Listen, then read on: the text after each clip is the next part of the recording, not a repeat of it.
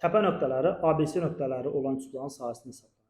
Normalda iki nöqtə arasında məsafə düsturuna əsasən üçbucağın tərəflərini tapıb Heren düsturu ilə sahəni hesablamaq olar. Amma determinantla daha asanlıqla sahəni hesablamaq olar. Determinant əlaqədar sahə düsturu nədir üçbucağın? S bərabərdir. Yazıram 2-də 1. Əslində müsbət mənfidir. Sonunda müsbətini götürəcəm. Deməli, x1, y1, 1, x2, y2, 1, x3, y3, 1. Bu əslində bu üçbucağın determinant əlaqədar sahə düsturudur. O zaman bu da bərabər yazıram. 2-də 1 vurulsun. x1, x2 gətirib qiymətlərini yerinə yazacağam. Yəni olacaq o zaman 2, 1, 1. x2, y2 yəni olacaq o zaman 3, 2, 1. x3, y3 yəni o zaman 4, 5, 1.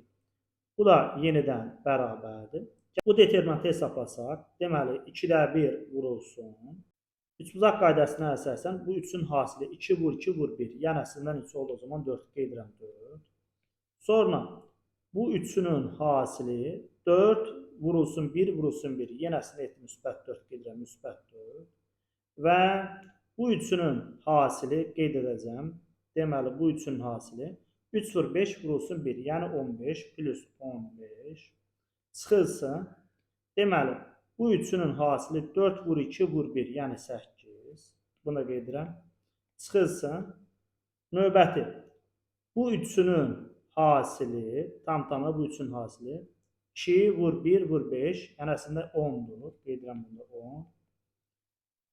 Çıxılsın. Nəhayət sonuncumuz əslində nə qaldı o zaman? 3 vur 1 vurulsun 1. Yəni neçəymiş o zaman 3. Çıxılsın 3 qeyd edirəm.